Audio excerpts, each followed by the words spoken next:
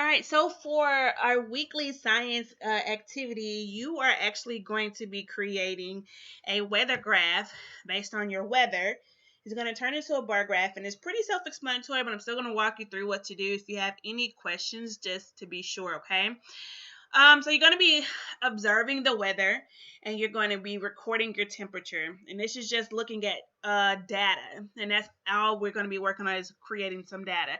So if I go to the bottom of my graph, then I'm going to see the different data points. I'm going to see sunny and clear. Is it cloudy, windy, rainy, or snowy? So from my window, from what I'm seeing, it is pretty sunny and clear.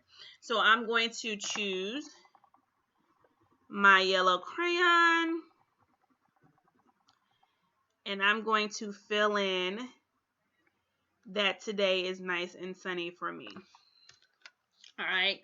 I may want to go back and look at some different dates. So say tomorrow is going to be rainy, then I may come in tomorrow and I'm going to use rainy to represent that day is raining. Or you may go back a couple of days and say, well, let me go ahead and do the other days, and it's going to be rainy for me, okay? But this is a running record. You're going to work on it. You can research the past 7 days if you want to and go ahead and completely fill it in, or you can work bit by bit and have it completed by the time you have to turn in these assignments on Monday, okay? Next Monday.